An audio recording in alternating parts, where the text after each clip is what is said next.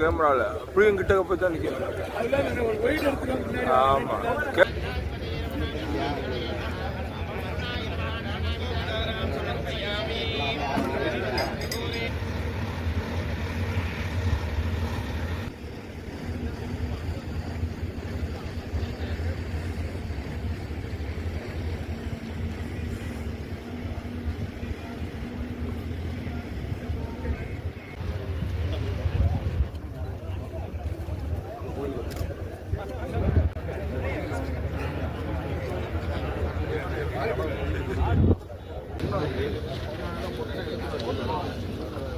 करोम्यादौ देवताह्वानलक्षणम् गृहीत्वाम्बरधरं विष्णुं शशिवर्णं चतुर्भुजं प्रसन्नवदनं ध्यायेत्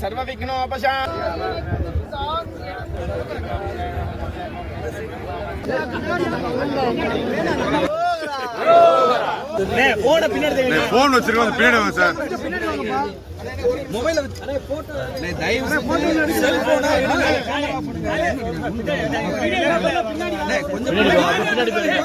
பின்னாடி எடுங்க நீங்க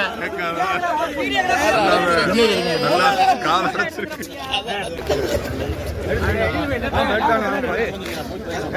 பின்னாடி வேணா நான் வரேன் ரெடி.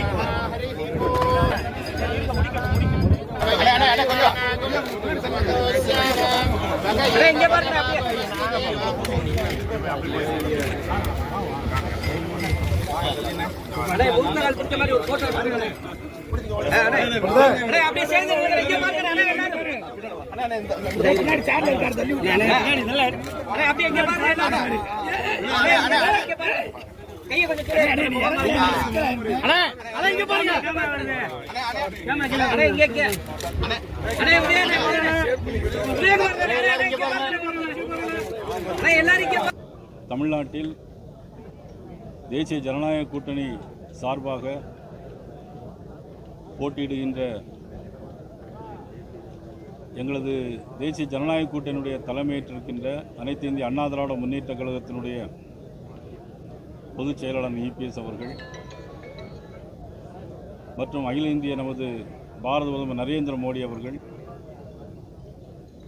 நமது தமிழ் மாநில காங்கிரஸ் ஐயா ஜி.கே. வாசன் அவருடைய தலைமையிலான தமிழ் மாநில காங்கிரஸ், பாட்டாளி மக்கள் கட்சி தலைமை அன்புக்குரிய அன்புமணி ராமதாஸ் அவர்கள் மற்றும் அண்ணன் ஜான் பாண்டியனுடைய தமிழக மக்கள் முன்னேற்ற கழகம், நீதி கட்சியின் தலைவர் அண்ணன் ஏசி சண்முகம் அவர்கள், ஐக்கிய ஜனநாயக கட்சியினுடைய சார்பாக மதிப்புக்குரிய பாரிவேந்தர் அவர்கள் மற்றும் நமது கூட்டணியில் இணைந்திருக்கிற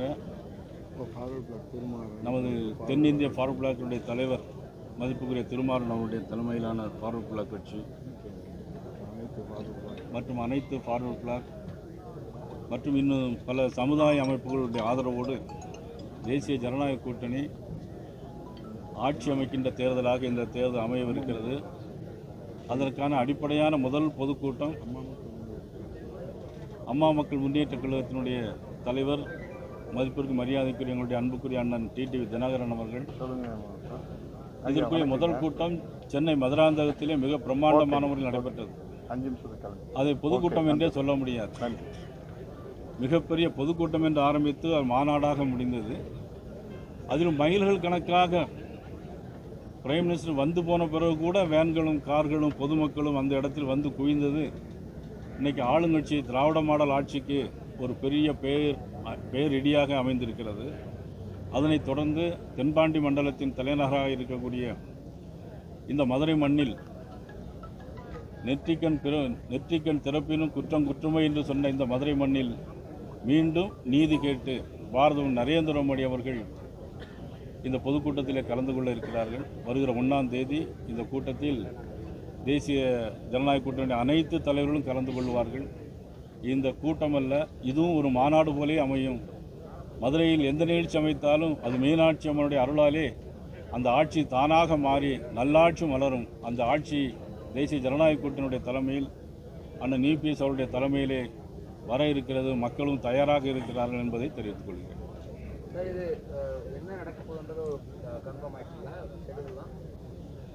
ஆமாம், அதாவது இது பொதுக்கூட்டமாக மாநாடாங்கிறது மக்கள் தீர்மானிப்பாங்க.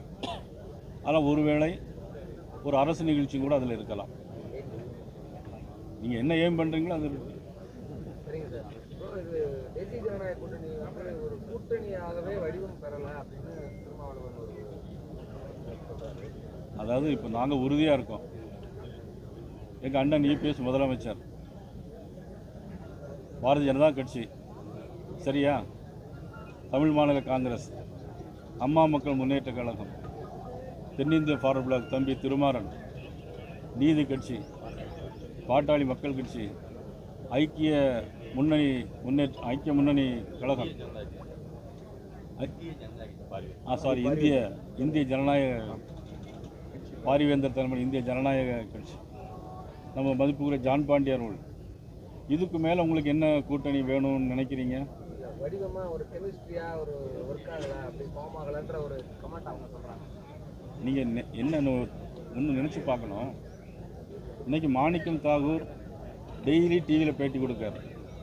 இந்திய தேசிய காங்கிரஸ் டெய்லி டிவியில் பேட்டி கொடுக்காரு. திமுக சட்டமன்ற உறுப்பினர் தளபதி பேசின பேச்சுக்கு திமுக வருத்தம் தெரிவிக்க வேண்டும் அப்படின்னு சொல்லியிருக்காங்க. அது வடிவம் பெறுதா இல்லையா? கூட்டணி மந்திரி சபை கொடுக்க முடியாது, ஒத்து வராதுன்னு சொல்கிறார். அப்போ அது வடிவம் பெற்றிருக்கா பெறலையா?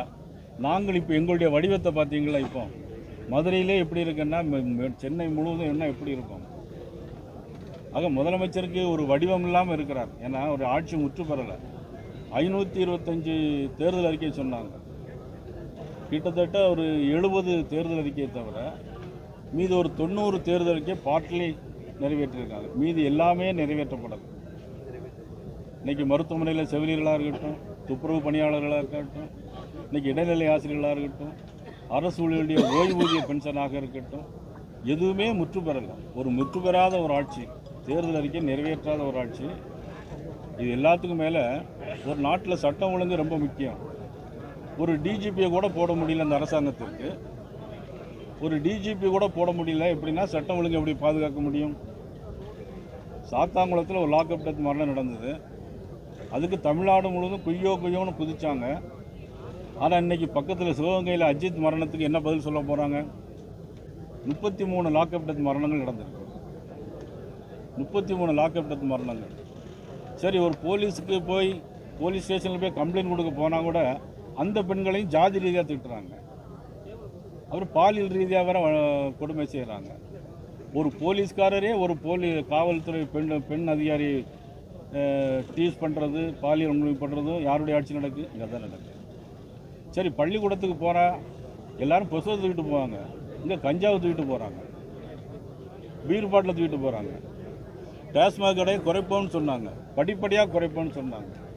நம்ம அன்புக்குரிய சகோதரி கனிமொழி அவர்கள் கூட சொன்னாங்க, எல்லாம் நம்ம குடிச்சிட்டு எல்லாம் வீணாக போகிறாங்க, இறந்து போகிறாங்க அப்படின்னு ரொம்ப வருத்தப்பட்டாங்க.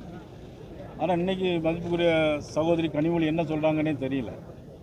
அவங்களும் இன்றைக்கி ராகுல் காந்தியை போய் காம்ப்ரமைஸ் பண்ணுறாங்க. அப்போ எதுக்கு? எந்த கூட்டணி ஒத்து வரலை? எது வடிவம் பெறலை?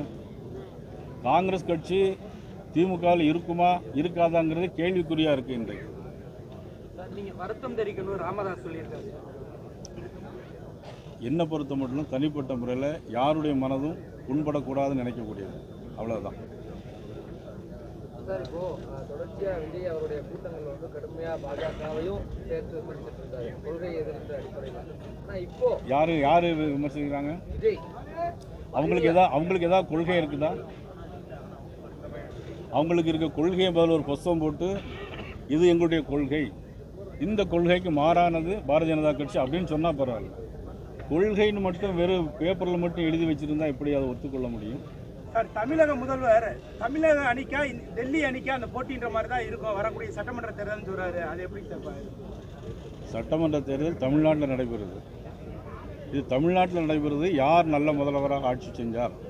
ஆனால் இபிஎஸ் அவர்கள் கடந்த 5 வருஷத்தில் எப்படி ஆட்சி பண்ணார்?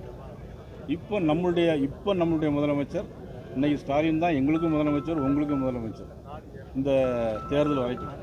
அதுக்கு பிறகு அண்ணன் இபிஎஸ் முதலமைச்சர் நமக்கு. அதில் இந்த 5 வருஷத்துலையும் பார்த்தீங்கன்னா என்ன கொண்டு வந்தாங்க? ஒரு மருத்துவக் கல்லூரி கொண்டு வந்தாங்களா? 11 மருத்துவக் கல்லூரி கொண்டு வந்தார் அண்ணன் இபிஎஸ்.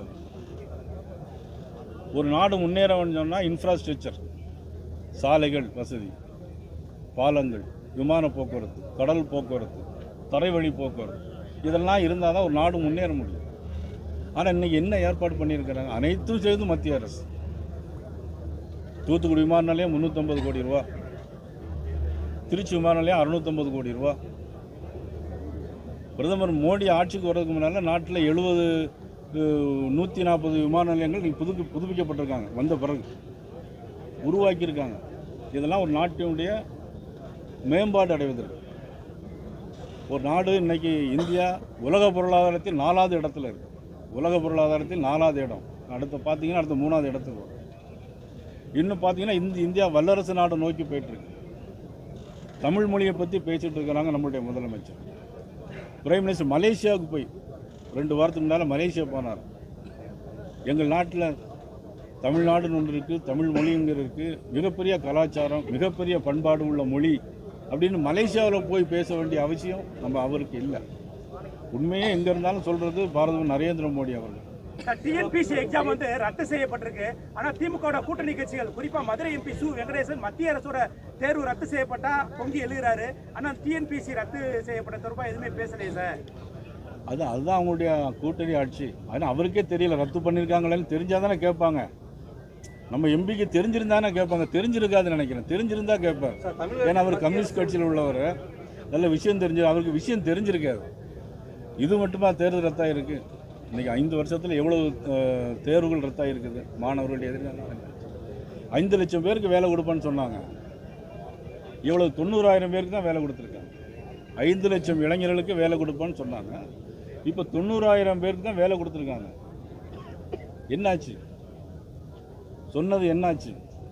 காத்தோடு காத்தா போயாச்சு. மதுரை விமான நிலையத்துக்கு வந்து பல்வேறு விஷயங்கள் இது பண்ணாங்க, வச்சாங்க. அண்டர் பாஸ் சொல்லி எல்லாமே ஏற்பாடு பண்ணது அப்புறம் நின்று போச்சு. ஆனால் இப்போ சர்வீஸும் ரொம்ப குறைச்சிட்டாங்க. அதுக்கு முக்கியமாக மத்திய அரசு தான் காரணம்னு சொல்லிட்டு சொல்கிறாங்க. அதாவது மாமியார் உடைச்சா மண்குடம், மருமக உடைச்சா பொன்குடம். இதெல்லாம் எப்படிங்க? ஒரு விமான போக்குவரத்தில் மக்கள் பயணிகள் போவதும் வருவதும் ஏற்பாடு பண்ணுவதும், அந்த விமான போக்குவரத்தினுடைய அதிகாரிகள் பொதுமக்கள் பயணிக்கணும். அதை பொறுத்து தானே எல்லாமே இருக்கும். எங்கள் தூத்துக்குடி இன்றைக்கி 5 விமான நிலையம் வருது, 5 ஃப்ளைட்டு டெய்லி வருது. முந்தி 2 தான் வந்துட்டு இருந்துச்சு. மத்திய அரசு எம்எஸ் கொடுத்தாச்சு. International airport Madurai. தமிழகத்துக்கு மத்திய அரசு சரியான நிதியை ஒதுக்க மாட்டேங்குது. நான் இப்போ இவ்வளோ நேரம் சொல்லிட்டு இருந்தேன். இந்த பிரைம் மினிஸ்டர் மோடி அவர்கள் வந்த பிறகு எத்தனை விமான நிலையங்கள், எத்தனை மருத்துவக் கல்லூரிகள், அதெல்லாம் நிதி தானே. நிதி இல்லாமல் என்ன பண்ண முடியும்? இன்னொன்று கூட சொன்னாங்க. அதான் அண்ணன் இபிஎஸ் அவர்கள் இருக்கும்போது நீட் எக்ஸாமை கொண்டு வரணும் தேர்தல் அறிக்கையில் சொன்னாங்கல்ல. கொண்டு வந்தாங்களா? இதுவரைக்கும் கொண்டு வரல. நீட் எக்ஸாம் இதுவரைக்கும் கொண்டு வரல. ஆனால் அதுக்கு பதில் அண்ணன் இபிஎஸ் அவர்கள் என்ன சொன்னாங்க? கிராமத்தில் உள்ள பிள்ளைகள் எங்களுக்கு மருத்துவக் கல்லூரி படிக்கணும் அப்படின்னு சொல்லி அன்றைக்கு மக்கள் நல்வாழ்வுத்துறை அமைச்சராக, மத்திய மக்கள் நல்வாழ்வுத்துறை அமைச்சராக இருந்த ஜேபி நட்டா அவர்களிடம் பேசி 7.5% வாங்கி தந்தவர் அண்ணன் இபிஎஸ். அதனால தான் இன்றைக்கி சாதாரண கிராமத்தில் உள்ள பிள்ளைகளும் இன்றைக்கி மருத்துவக் கல்லூரி படிக்கிறாங்க. அது முடிச்சிட்டேன். அது அப்படியே முடிச்சிட்டேன். இப்போ உங்களை பற்றி கடுமையாக விமர்சித்தார் விஜய். இப்போ அந்த சிபிஐ என்கொயரி அதுக்கப்புறம் வந்து நடந்த கூட்டங்களில் அவர் உங்களை பேசுறத குறைச்சிருக்காரு. ரொம்ப கடுமையாக பேச மாட்டாரு. ஏன்னா பேசிட்டு தானே, கண்டனம்லாம் சொல்லிட்டு தானே. முன்னாடி பேசுன அளவுக்கு தீவிரமாக பேசல சார் பாஜக. அதாவது 41 பேர் திட்டுறாரு. நீங்கள் திட்டிட்டு தான் இருக்கிறாங்க. அதை பற்றி ஒன்றும் இல்லை. நானும் திட்டிட்டு தான் இருக்கேன், அவங்களும் திட்டிட்டு தான் இருக்காங்க. 41 பேர் இறந்து போனாங்க. அதற்கு தமிழக அரசும் காரணம், மதிப்புக்குரிய விஜயும் காரணம். 12 மணிக்கு வரேன்னு சொல்லிட்டு 7 மணிக்கு வர்றாங்க. எந்த குடிக்க தண்ணி கூட ஏற்பாடு செய்யலை. அதே மாதிரி இப்போ கூட ஒருத்தர் இறந்து போயிட்டார் சேலத்தில். அவருக்கு எல்லாரும் கூட்டத்திலையும் இறந்து நல்ல சகனம் தானே அது அவங்களுக்கு. சார் 5000 ரூபா அந்த மகளிர் உரிமை தொகை கொடுத்து வந்து மக்கள் வந்து தமிழக முதல்வருக்கு நன்றி சொல்கிறாங்கன்னு சொல்லி தமிழக துணை முதல்வர் உதயநிதி ஸ்டாலின் சொல்கிறாருங்க சார். அவர் தான் சொல்கிறாரு, மக்கள் சொல்லணும்ல அவங்களுக்கு. அதாவது அண்ணன் இபிஎஸ் 2000 ரூபா அனௌன்ஸ் பண்ணாங்க. அதை காப்பி அடித்து இவங்க முதலமைச்சர் வந்து 2000 ரூபா நாங்களும் தர்றோம் அப்படின்னாங்க. கேட்டால் நீதிமன்றத்துக்கு போய் தடுத்து நிப்பாட்டிடுவாங்க அப்படின்னு சொல்லிட்டு கூட 2000, கோடைகால விடுமுறை 1000. இதுவரையில் இந்திய அரசியல் வரலாற்றில் எந்த முதலமைச்சரும் செய்ய மாபெரும் சாதனையை அண்ணன் செஞ்சுருக்காரு. கோடைகால விடுமுறைக்கு போன வருஷமும் கோடைகால விடுமுறை வந்துச்சு இந்த வருஷம் எலெக்ஷனை முன்னிட்டு நீங்க தடுத்துருவீங்கன்னு சொல்றாரு சார். நீங்க தான் சார். அவர் முதலமைச்சர் சார், நாங்கள் எப்படி சார் தடுக்க முடியும்? வழக்கு தொடுக்க இருந்தாங்க. யாரும் அந்த மாதிரி முகாந்திரமே இல்லையே. இவர் அனௌன்ஸ் பண்ண போகிறாருன்னே தெரியாது. இன்னைக்கு இவருடைய ஆட்சி மக்கள் விரோத ஆட்சியாக, மக்கள் வெறுக்கக்கூடிய ஆட்சியாக நடந்திருக்கிறது. அதை சமாளிப்பதற்காக ரூபாய் கொடுத்து சமாளிக்க வேண்டும் என்பதற்காக பண்ணுறாங்க. 5 வருஷம் கோடை காலம் வந்துச்சு, ஒரு விடுமுறை இல்லை. நான் இன்னொன்று கூட சொல்கிறேன், இதோட முடிச்சிடலாம். நீங்கள் 1000 ரூபா தருவோம் அப்படின்னு சொல்லி 1000 ரூபா தருவோன்னு சொன்னாங்க. ஒரு 28 மாதம் தரல. பாராளுமன்ற தேர்தல் வந்தவரை கொடுத்தாங்க. பொங்கலுக்கு 2-3 வருஷமாக கொடுக்கல. இப்போ தேர்தல் வரும்போது கொடுக்குறாங்க. அப்போ தேர்தலுக்கான ஒரு ஆட்சி தானே தவிர இது ஒரு குடும்ப ஆட்சி.